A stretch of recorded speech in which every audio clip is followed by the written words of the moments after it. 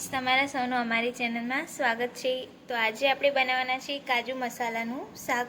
તેના માટે કાજુ લીધા છે, સમારેલી ડુંગળી, ટામેટાની પ્યુરી, આદુ લસણ મરચાંની પેસ્ટ, ઇલાયચી, લવિંગ, કાળા મરી, ફ્રેશ ક્રીમ અને કાજુ અને ડુંગળીને આપણે ગરમ પાણીમાં 10 થી 15 મિનિટ માટે બોઇલ કરેલી છે અને બેઝિક મસાલા। તો આપણે બનાવવાનું શરૂ કરીએ। સૌપ્રથમ આપણે આ કાજુ અને ડુંગળીને આપણે 10 થી 15 મિનિટ માટે બોઇલ કરી લીધી હતી। તે આપણે મિક્સર બાઉલમાં પેસ્ટ બનાવી લઈશું।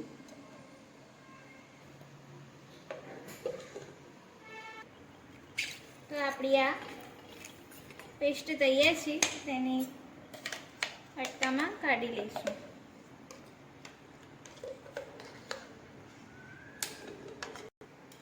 હવે એક કઢાઈ લઈશું, તેમાં તેલ નાખીશું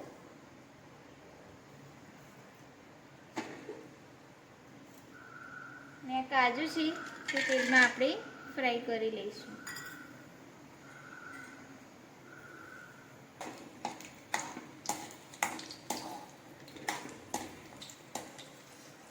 કાજુ આપણે ફ્રાય થઈ ગયા છે, તેને કાઢી લઈશું।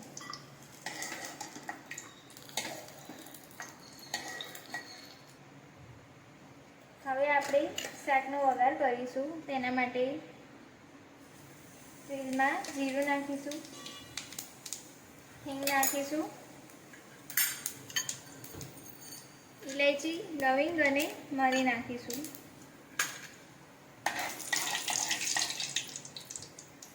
હવે તેમાં સમારેલી ડુંગળી નાખીશું। ડુંગળી થોડી આપણે સાંતળી લઈશું।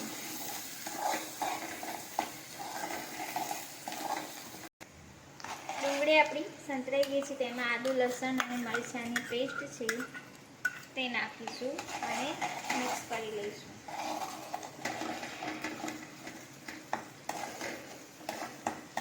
હવે 2-3 મિનિટ માટે આપણે આને ચડવા દઈશું।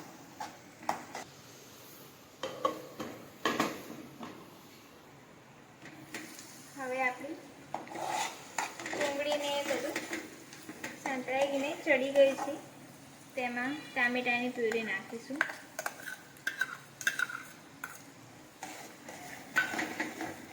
મિક્સ કરી લઈશું।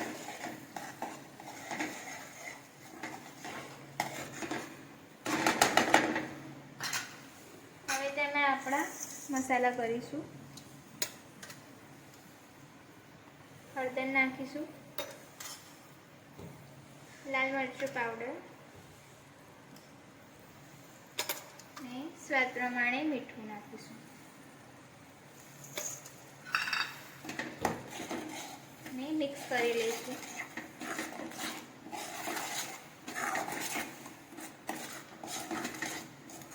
હવે મસાલા અને ગ્રેવીને આપણે બરાબર ચડવા દઈશું। ઢાંકીને 3 થી 4 મિનિટ માટે ચડવા દઈશું।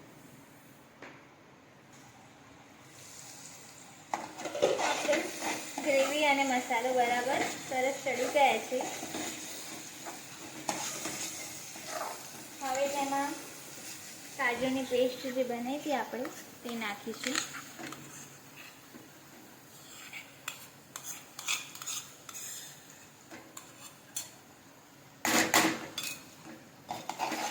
મિક્સ કરી લઈશું।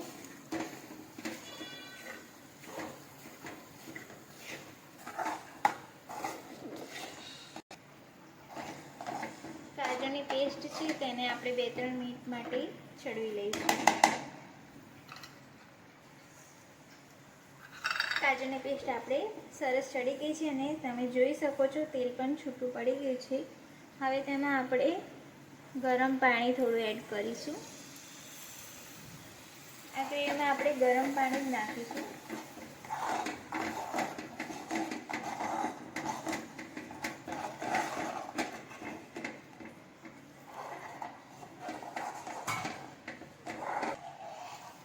તો આપણી ગ્રેવી અને શાક એકદમ જો રેડી થઈ ગયું છે। તેમાં આપણે આજે કાજુ ફ્રાય કર્યા હતા તે નાખીશું।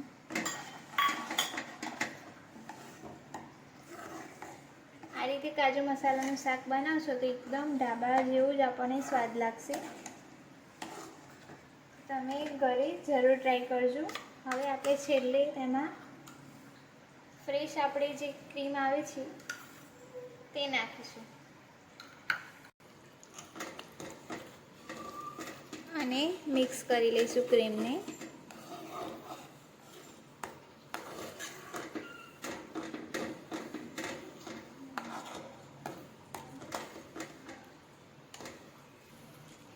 તો શાક આપણું ઓલમોસ્ટ રેડી જ છે, પણ 2-3 મિનિટ માટે આપણે ઢાંકીને થવા દઈશું. તો આ શાક આપણું રેડી છે. હવે સર્વ કરી લઈએ. તો આ શાક આપણું સર્વ થઈ ગયું છે. તેને આપણે પરાઠા સાથે ખાવાની મજા આવે છે. તો તમે પણ ઘરે જરૂર ટ્રાય કરજો અને અમારી રેસીપી કેવી લાગી તે કોમેન્ટમાં જરૂર જણાવજો. અને અમારી ચેનલને લાઈક, શેર, સબસ્ક્રાઈબ કરવાનું ભૂલતા નહીં.